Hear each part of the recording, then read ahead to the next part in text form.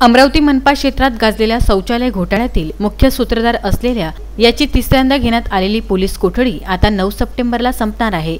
योगेशने महाराष्ट्र स्वच्छता अभियान अंतर्गत असलेल्या वैयक्तिक शौचालय घोटाळ्यात इतर 2 मनपा कर्मचाऱ्यांच्या सहकार्याने आणि इतर कंत्राटदार सोबत 2,49,22,000 रुपयांचा घोटाळा केला होता। त्यात आर्थिक गुन्हे शाखेने आधीच्या 77 लाख घोटाळा तक्रारीत आरोपी योगेशला अटक करून न्यायालयात हजर केले होते। त्यातच पुन्हा मनपा अधिकारीच्या वतीने सिटी कोतवाली पोलीस स्टेशनमध्ये योगेश कावरे यांच्यासह 2 मनपा लिपिक सोबतच 7 कंत्राटदार विरुद्ध तक्रार दिली होती। त्यात पुन्हा पोलिसांनी तपास करण्याकरिता योगेशला ताब्यात घेऊन पोलीस कोठडीत घेतले होते।